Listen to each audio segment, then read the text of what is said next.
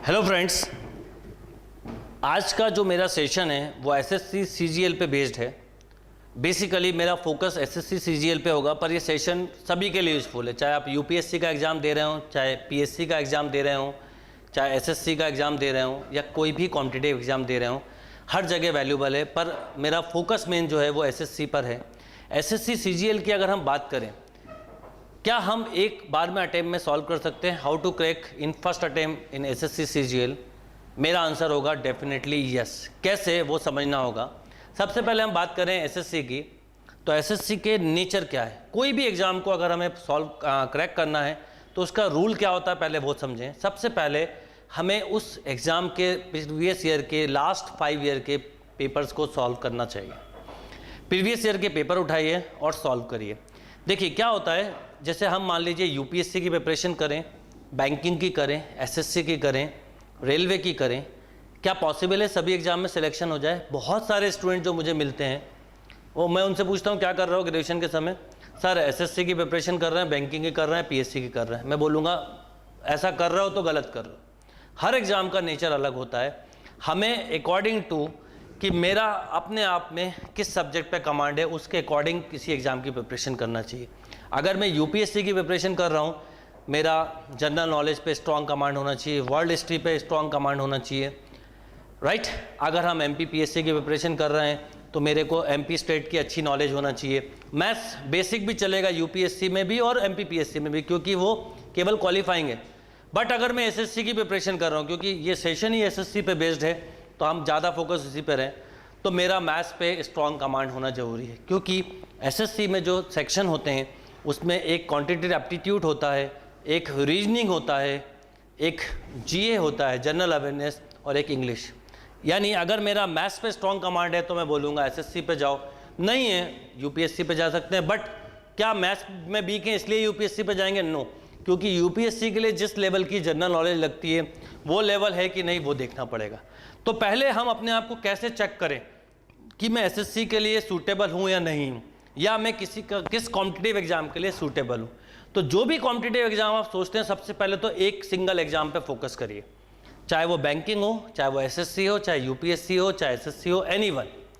अब जिस एग्जाम पे आप फोकस कर रहे हैं, अभी फॉर एग्जांपल कि मैं एसएससी पे फोकस कर रहा हूँ, तो सबसे पहले मैं लास्ट 5 ईयर के पेपर निकालूँ।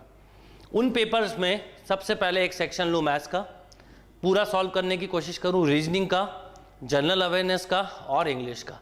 फिर उसमें अपनी स्कोरिंग देखें। ये आपने अभी कॉम्पिटिटिव एग्जाम की प्रिपरेशन चालू नहीं की, ये कॉम्पिटिटिव एग्जाम की प्रिपरेशन के पहले का है कि मेरा स्किल क्या है। मैं 0 पर हूँ, 5 पर हूँ, 10 पर हूँ, 20 पर हूँ, 50 पर हूँ, 80 पर हूँ। उस स्किल से आपको ये पता चलेगा कि मुझे किस लेवल की प्रिपरेशन करना है। एक बात याद रखिए, किसी भी इंस्टीट्यूट या कोचिंग ज्वाइन करने से सिलेक्शन नहीं होता, सिलेक्शन आपके पढ़ने से होता है। अगर आप ये सोचते हो कि मैंने ये इंस्टीट्यूट ज्वाइन कर लिया जहाँ से बहुत सारे सिलेक्शन हो जाएंगे, मेरा भी हो जाएगा, ऐसा नहीं है। लाखों लोग, करीब 8-9 लाख लोग एग्जाम देते हैं, पर क्या सभी के सब सिलेक्ट होते हैं? नहीं होते ना, क्योंकि वो इंस्टीट्यूट ज्वाइन करते हैं। इंस्टीट्यूट की वजह से कभी किसी का सिलेक्शन नहीं होता। वो एक सपोर्टिंग सिस्टम, वो आपको एक लेवल तक सपोर्ट करता है। पर अगर आप स्टडी ही नहीं करेंगे तो आपका सिलेक्शन नहीं हो सकता।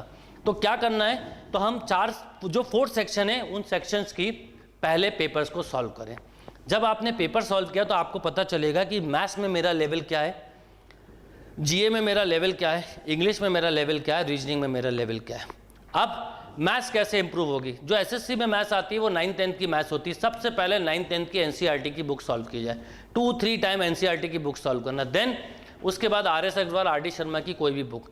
फिर उसके बाद आप कॉम्पिटिटिव बुक उठाएंगे तो आपका मैथ्स का स्किल अपने आप डेवलप हो जाएगा। मुझसे कई सारे स्टूडेंट ने क्वेश्चन पूछा कि सर अलजेब्रा कैसे इंप्रूव करें। ये सेशन भी मैं इसीलिए ले रहा हूँ। ट्रिग्नोमेट्री कैसे इंप्रूव करें? एसएससी में बहुत बच्चों को ट्रिग्नोमेट्री प्रॉब्लम होती है। मैं आपको बोलूँगा कि सबसे अच्छा तरीका ट्रिग्नोमेट्री इंप्रूव करना है, 9th की बुक लें, 10th की बुक लें। पहले हम समझें कि साइन थीटा क्या होता है, कॉस थीटा क्या होता है, टेन थीटा क्या होता है, sine square theta plus cos square theta क्या होता है। बिना फॉर्मूले के हम जब क्वेश्चन सॉल्व करेंगे तो हमसे कभी कोई टॉपिक इंप्रूव हो ही नहीं सकता। वैसे ही अलजेब्रा इंप्रूव करना है तो पहले हमें यह भी नहीं पता कि a+b का होल स्क्वायर क्या होता है, मैं क्वेश्चन कैसे सॉल्व करूंगा। तो इसके लिए मुझे 9th-10th की बुक को सॉल्व करना, जिसमें अलजेब्रा, मेंसुरेशन, ट्रिग्नोमेट्री, ज्योमेट्री, ये सारे पोर्शंस को कवर करना है। एनसीईआरटी की बुक सॉल्व करने के बाद हम क्या करें जो कॉम्पिटिटिव बुक्स आती है उनको सॉल्व करें और फिर से एक बार प्रीवियस ईयर के पेपर सॉल्व करें। एक बार पहले किया, पहले करने से आपको पता चला कि आपका स्किल क्या है, 5, 10, 20, 30। फिर जब आपने पढ़ा उसके बाद फिर सॉल्व किया, आपको अपने आप समझ में आ जाएगा कि आपके स्किल्स में इतना 10 आ गया। 10 से आप 80 पे भी आ सकते हैं, 50 पे भी, डिपेंड ऑन आपने कितना कंसेप्ट बना के पढ़ाई किया, राइट। जब आपने ये चेक किया उसके बाद आपको लगता है कि आप 50 भी नहीं कर पा रहे हैं स्कोर, देन अगेन एक बार फिर से आपको थ्योरी पढ़ने की जरूरत है और फिर से प्रीवियस ईयर के पेपर सॉल्व करें। किसी भी एग्जाम में सेलेक्ट होने का सबसे इंपॉर्टेंट की जो होता है वो होता है प्रीवियस ईयर के पेपर का सॉल्यूशन एटलीस्ट 2-3 टाइम। जब तक वो आप पेपर सॉल्व नहीं करेंगे बार बार, आप क्वेश्चन के पैटर्न को कैच नहीं कर पाएंगे। आप किसी भी साल का पेपर देख लें, कई सारे क्वेश्चन रिपीट होते हैं या कई सारे क्वेश्चन सिमिलर होते हैं, तो उन पेपर के उन क्वेश्चन के जो मैंने कई सारे जो वीडियोस डाले हुए हैं उसमें ट्रिग्नोमेट्री के क्वेश्चन प्रीवियस ईयर के सॉल्व किए। एवरी ईयर सेम टाइप के क्वेश्चन है, केवल डेटा में चेंज है। एलजेब्रा के सेम क्वेश्चन है, ज्योमेट्री के सेम क्वेश्चन है।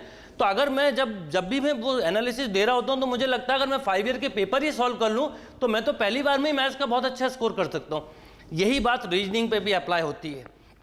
रीजनिंग मीन्स लॉजिक बिना प्रैक्टिस के नहीं आएंगे, तो आपको रीजनिंग की तो रेगुलर प्रैक्टिस करनी होगी और स्कोरिंग मार्क्स होता है। रीजनिंग और मैथ्स सबसे ज़्यादा एसएससी में स्कोरिंग है, उसके बिना आप स्कोर कर ही नहीं सकते। जीए एक ऐसा है जिसकी रेंज नहीं है।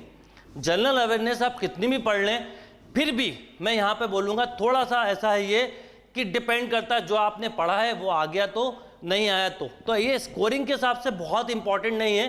पढ़ना तो है पर एटमोस्ट 1-2 आवर भी देते हैं तो चलेगा, पर मैथ्स और रीजनिंग में आपको एटलीस्ट 4-5 आवर पर डे देना पड़ेगा। इंग्लिश की बात करें तो इंग्लिश तो आपको आनी चाहिए अच्छे से, और इंग्लिश कम्युनिकेशन से इंपॉर्टेंट नहीं है। बहुत छोटी छोटी चीज़ें हैं कि पैराग्राफ्स अगर आया तो कैसे सॉल्व करना है, पैसेज आए तो कैसे सॉल्व करने हैं, वो भी आप पेपर को सॉल्व करेंगे तो आपको समझ में आएगा। पर जहाँ पे इम्प्रूविंग की बात आएगी वो है मैथ्स और रीजनिंग, जहाँ से आप स्कोर कर सकते हैं, एक एक टॉपिक का कंसेप्ट बना सकते हैं। इंग्लिश के लिए भी आपको बिल्कुल मैं बोलूँगा 6, 7, 8, 9, 10 की बुक उठाओ, सॉल्व कर लो, आपको उसका पेपर का अपने आप ही आपसे पेपर सॉल्व होना चालू हो जाएंगे। आप करके देखिए, आपको उसका रिजल्ट मिलेगा। पर जीए एक ऐसा सेक्शन है जिसके लिए आपको अलग से एफर्ट डालने होंगे, तो रेगुलर न्यूज़पेपर की आदत डालिए। जो करंट इवेंट्स हैं उनको बहुत ध्यान से स्टडी करिए और प्रीवियस ईयर के जो क्वेश्चन हैं उनकी स्टडी करते हुए चलिए, आपको उसका फ़ायदा मिलेगा।